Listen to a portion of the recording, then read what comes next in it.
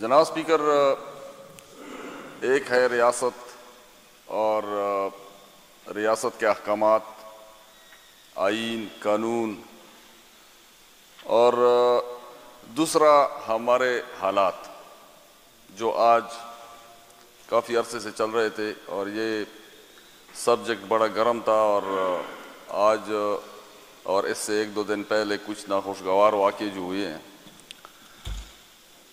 हमारे अपोजिशन अरकान अहमद कुंडी साहब, निसार बाज साहब, उस्मान लाला, ये सारे जितनी भी उन्होंने बातें की है, हमारे पास हम समझ रहे थे कि सिर्फ बात आज के वाक़े पे मरकूज़ रहेगी, लेकिन कुछ ऐसी बातें भी की हैं जिनका इसके साथ कोई रिलेवेंसी बन तो नहीं रही थी।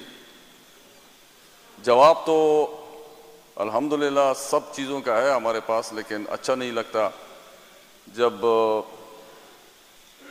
उधर अमवात हो गई और नाखुशगवार वाक़या हो गया और उसके बावजूद भी हम आपस में एक दूसरे को जवाब देते रहें। तो मुनासिब यह है कि हम अपनी सारी तवज्जो इसी वाक़े पे रखें और जवाब देने से गुरेज करें।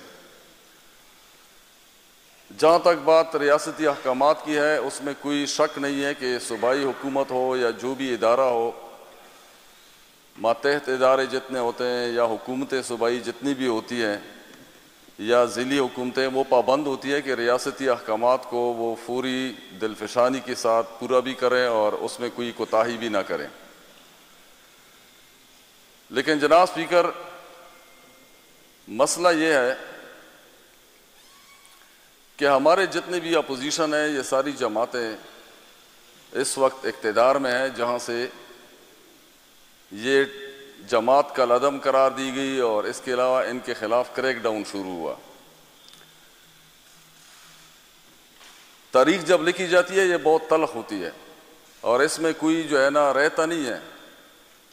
बबड़ा के मुकाम पर 1948 में जो वाक़या हुआ तारीख में बिल्कुल लिखा हुआ है, ख्वाह उस वक्त छुपाया गया, लेकिन अभी तक भी जो है ना वो तारीख के औराक में बिल्कुल जिंदा है। और उसमें उस वक्त का जो भी इधर वाली वारिस था उसको बड़े नामों से जो है ना उसकी लिखा हुआ है कि उसने क्या किया था, और फिर चौके यादगार पे और फिर मुख्तलिफ जगहों पे तकरीरों में क्या कहा और जो भी हुआ सबके सामने। और इसी तरह फिर लियाकत बाग में किस पार्टी की हुकूमत थी और फिर कितने पश्तूनों को जो है ना उधर सियासत की बीन चढ़ा दिया गया। और इसी तरह 80 की दहाई में पश्तूनों के साथ क्या हुआ जो अभी तक चल रहा है। तो तारीख में इन सब के नाम हैं और ये कोई नई बात नहीं है कि पश्तूनों के साथ इस तरह हो रहा है। तो ये इनको चाहिए था कि जब ये उधर से अहकामात आ रहे थे और इस जमात को कलअदम किया जा रहा था, तो यही सियासी जमातें हैं, ये उधर बैठी हुई हैं हुकूमत में और उधरी से ये कागजात आ रहे हैं, ये फैसले उधरी से हुई हैं। उनको चाहिए ये था कि जब इंटीरियर मिनिस्ट्री इतनी ताकतवर है और वो बग़ैर किसी से मशवरा किए, होना तो ये चाहिए था कि वो हमारी इतनी ये असम्बली जो बैठी हुई है, पूरी सूबाई हुकूमत बैठी हुई है, इनसे मुशावरत करते।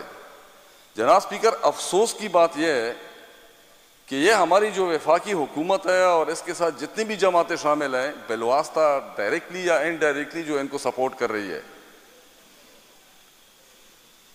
ये बहुत भी कहे ना कि हम हुकूमत में नहीं हैं, लेकिन ये बराह रास्त उस हुकूमत का हिस्सा है।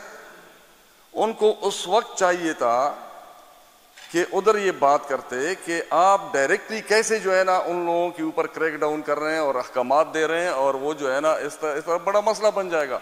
लेकिन अफसोस की बात यह है कि हमारी इस्टेब्लिशमेंट को भी इन लोगों ने जो है ना मुकम्मल तौर पर मफलूज किया हुआ है।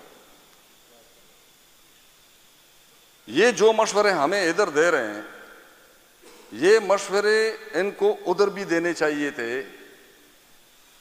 अपना अपना हिस्सा डालते उसमें, वफाकी हुकूमत को रोकते कि भाई सियासी रास्ता अपनाओ, पॉलिटिकल विजडम अपनाओ, बजाय इसके कि आप इदारे को गलत फीड करके और इदारे को जो है ना, ये इदारों को इन्होंने आगे लगाया हुआ है और इनकी एक तारीख है। जनाब स्पीकर, इन लोगों की एक तारीख है। आप देखें कि हमें पिछले दिनों एक कायद ने, इनका जो पार्टी का एक कायद है, उसने बरमला हमें भेड़ बकरियां कहा है। अब जब आप हमें भेड़ बकरियां पुकारेंगे, सियासी की आदत भी एक पार्टी की कर रहे हैं, और फिर जब आप हमें बेवकूफ़ कहेंगे, और फिर आप जब हमें दहशतगर्द कहेंगे, और जब ऐसे अलकाबात आप देंगे, तो ये एक माइंड सेट है। हालांकि हमारे इदारे इस्टेब्लिशमेंट जो है वो इनकी मातहत है, ऐसी कोई बात नहीं। ये मैं मानता ही नहीं हूं कि इस्टेब्लिशमेंट इनकी मातहत नहीं है। तो इस्टेब्लिशमेंट जो है ना, ये इकरार भी कर रहे हैं कि हम बाइख्तियार वज़ीर आज़म है हमारा।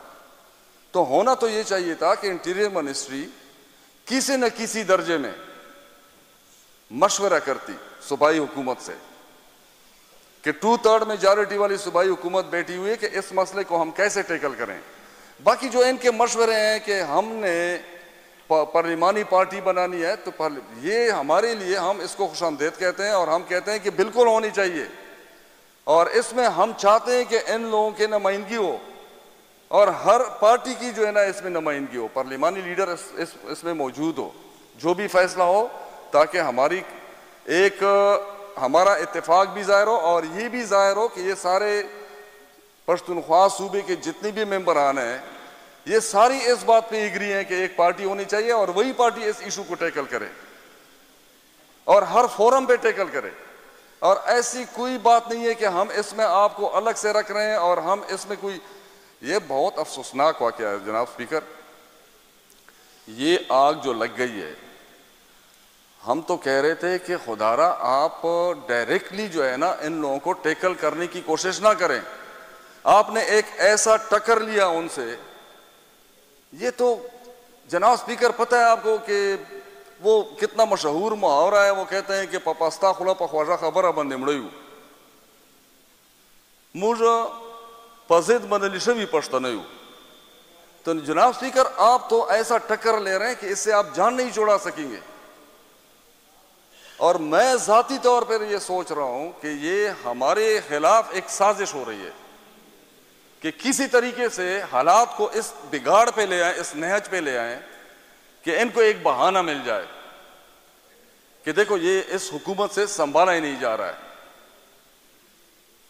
हम ये कह रहे हैं कि आप लोग आए, सबसे पहले तो आप लोग अपनी क़ियादत से रब्ता करें और उनको समझाएं कि उधर आप लोग जाके बैठे हुए हैं। जनाब स्पीकर, कब से ये लेटर निकला हुआ है, लेकिन बजाय इसके कि अपनी क़ियादत से बात करें कि आप तो असर रसूख वाले हैं, वफाकी हुकूमत आप लोगों की है, और उधर के इंटीरियर मिनिस्टर को पकड़ें कि भाई आपने क्या हमें हमारी तरफ भेज दिया है, क्यों ये सूबा आप लोगों का नहीं है।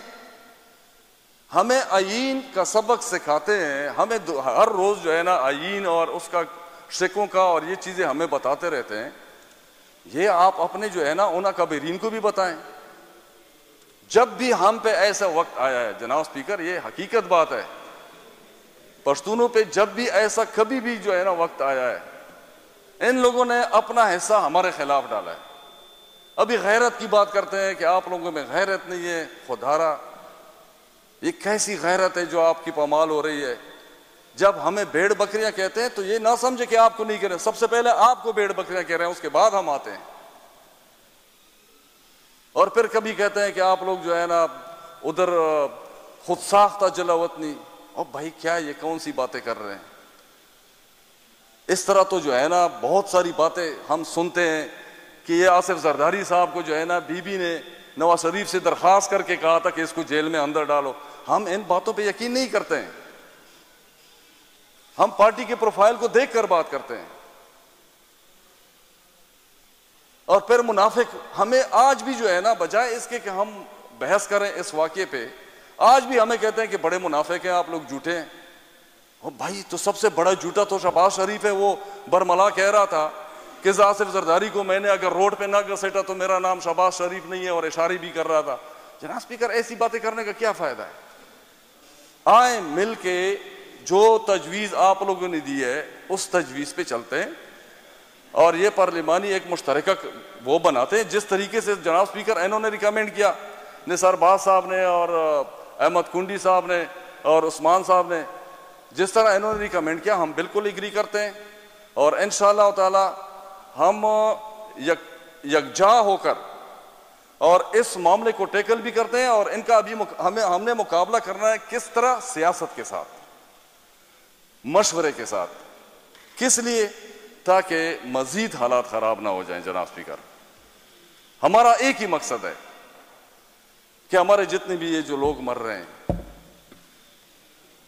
अभी मजीद हम लाशें उठाने के मुतहम्मिल है ही नहीं।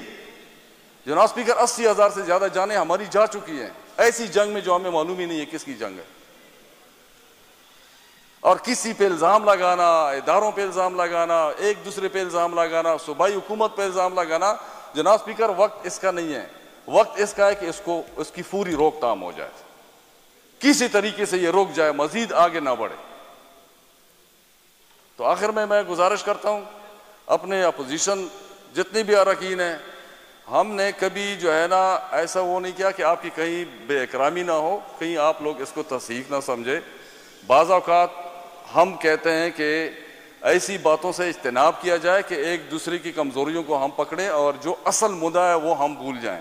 हमारा आज से असल मकसद ये होना चाहिए कि किसी न किसी तरीके से हम सारे मिलकर, ख्वाह वो हम वफाकी हुकूमत से बात करें या इदारों से बात करें या जो भी फॉर्म इख्तियार करें, कि इस हालात को ऐसे कंट्रोल करें कि दोबारा अगर नॉर्मल नहीं ला सकते कम से कम इनकी रोकथाम तो हो जाए ताकि मजीद नुकसान ना हो।